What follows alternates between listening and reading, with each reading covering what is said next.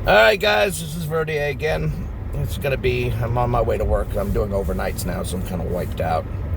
I wanted to do a quick discussion, quick, like anything's quick with my mouth, a quick discussion about passive heating, which I'm going to go back to right about now. Let's put it on maximum off and set it.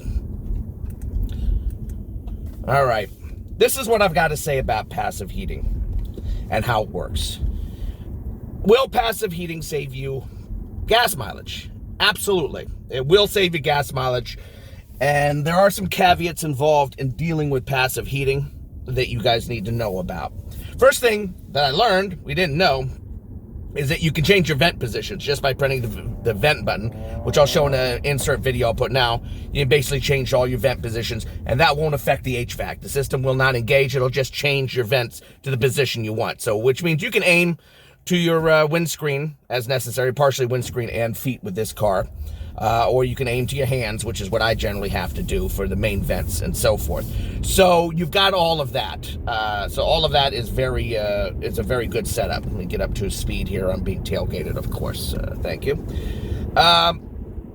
So you can do all that. So it makes it very viable to use. Now, at first, when I was using it, the temperatures were ranging between about 42 degrees outside and 55. Not very cold. When you get in your 40s, it's chilly. It does chill you out. And even 50 can be kind of chilly at times. At those temperatures, it worked very, very well. You could get away with it, although when you start getting into the 40s or low 40s, if you're not going to drive on an expressway, unless you heat the cabin first, you might become a little uncomfortable. That's something you have to keep in mind. You're getting full amount of heat, but it's not being blown out, so it's not all coming into the cabin. It's just kind of seeping into the cabin, and the more speed you do, the more the heat comes out with its own kind of bit of air. So that's very important for you guys to know. While doing that, I was getting about 49 miles to the gallon in cooler weather, which is very good. That's very good for this car. I mean, some people get better gas mileage than me. Maybe it's where I go, my driving, etc. I can't tell you. But 49 miles to the gallon. Then, I got a new tank of gas. And with the same exact techniques and the same general temperatures, I wasn't breaking 46 miles to the gallon. Now, the only thing different about this tank of gas is where I got it. I got it at Walmart. Now, are they using cheaper gas? Very possible. I think what happened is I think I hit my first tank of winter blend gas. And wow, what a difference it made to the gas mileage. I couldn't get it more than maybe 46.5 miles a gallon, but the average miles per gallon after that was about 46 miles to the gallon. And that was very interesting. That was pretty bad. And it's been pretty much stuck in that general area with this tank of gas. And I have a feeling you guys just got to keep in mind with winter blend gas, you're going to see a massive loss in gas mileage. It's just the way it is. So if you do get into a winter blend situation, or maybe it's just Walmart gas, we'll try a different tank next time. Now, here are some of the caveats. When you start getting, oh, shut up, brake. Yeah, well, it's too bad it never goes off when it needs to go off. Freaking car. Ruby's such a bitch. A few things you need to understand. You're going to want to wear a jacket. unless your blood is made of lava, you're going to need to wear a jacket. Gloves are also a good idea, especially someone like me who is a diabetic. When it starts getting into the really cold times, and if you're not on an expressway, you're just going to need to do that. It gets too cold in the cabin, and it takes a while for the cabin to really heat up in that aspect. So keep that in mind. Number two, I don't know why I'm doing numbers. I'm never going to remember the numbers I've called, plus I'm driving to work. When you're getting below 30 degrees, or when you're getting into the 30s and 20s, passive heating can work, but I never found myself to be warm enough in the end. My feet will get a little too cold. My hands could stay warm because I'd have the heat blowing, seeping directly at my hands on the expressway. But it was never really enough, and I never was completely comfortable. And God help you if you have anybody in the back seat, they ain't gonna get nothing back there. They're going to freeze to death back there. So I don't think passive heating is gonna work all that well for me in the end. Now, while I was doing that in these much lower temperatures, I was averaging about 45.5 miles to the gallon. And that's a much colder temperature when you're back down in your 30s, low 30s. That's winter weather, basically. It's not as winter as it can get here in Maine, but that's winter weather. Then you're getting into your freezing points and so forth.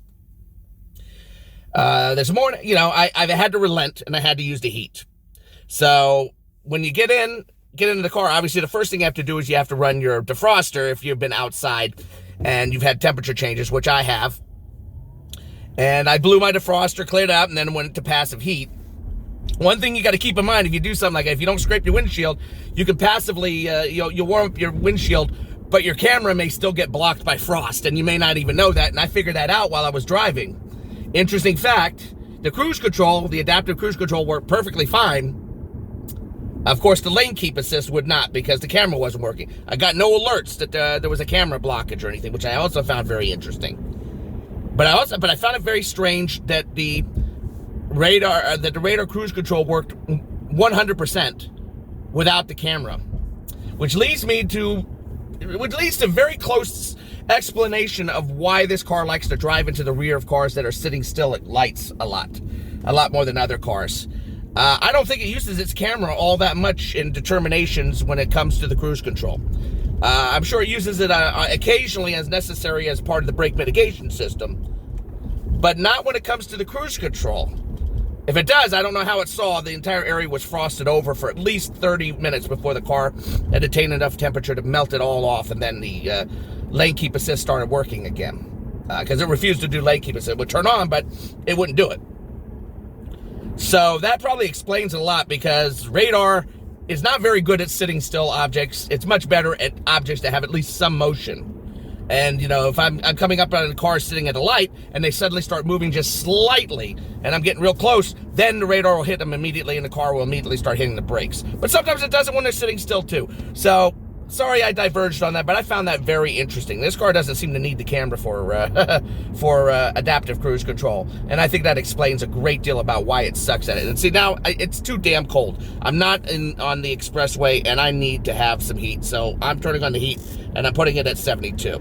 So getting back to the heat.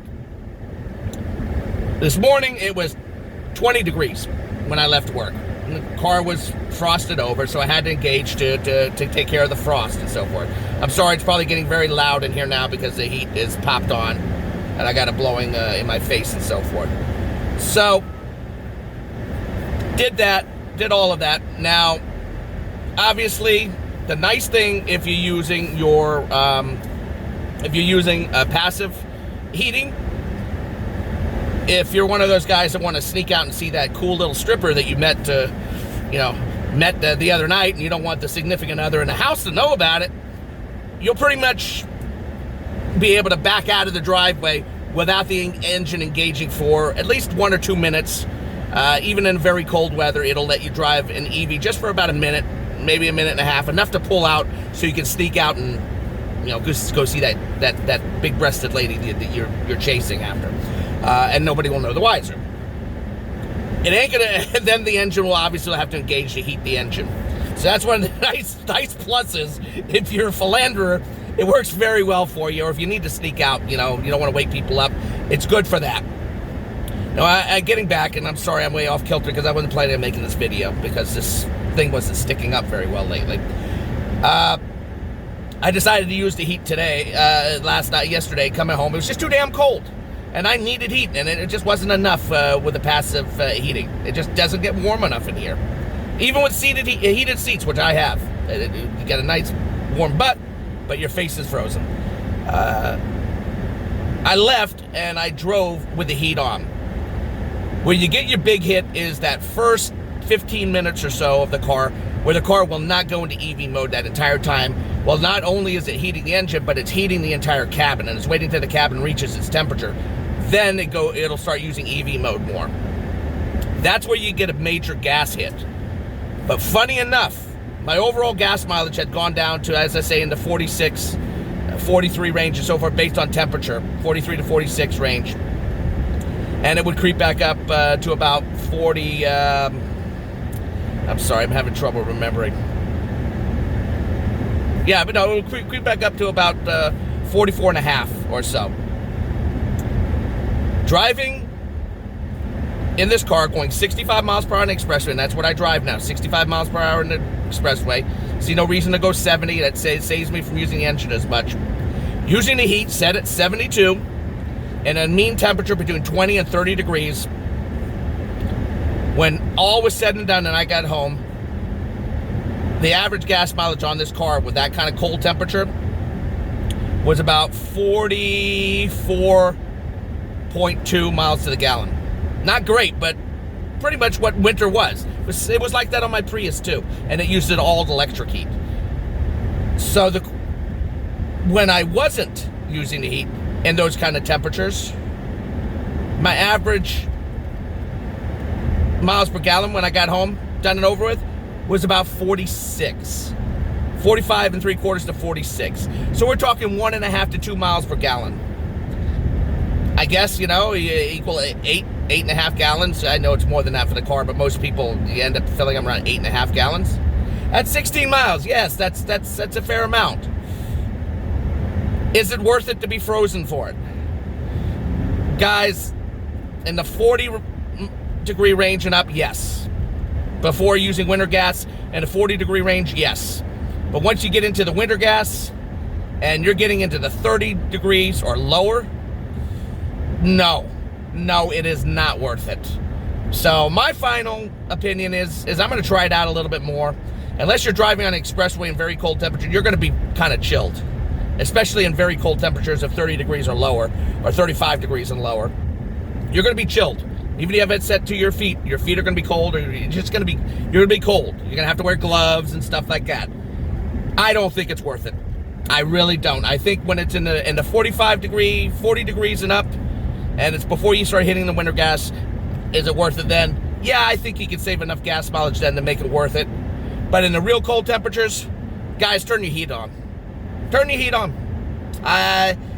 Your mileage may vary. You probably have tougher skin than me. Keep in mind, I am a diabetic and I am a wimp. But just keep that in mind, guys. It just got uncomfortable in the car, even with the seat heat on and even with a jacket. I can't wear gloves. I can't control the stereo with my gloves on. I can barely control it with my fingers, with these diabetic fingers. So, all right, so that's gonna be the end of this stupid rant video. I just wanted to get back in touch with you guys about how it went as far as that was concerned. Okay, so this is Verdier out, and I gotta wait to a place to pull over, because God help me if I touch this phone and a cop sees me, they'll pull me over and write up all the tickets they can, because I love doing that. Verdier out. Take care.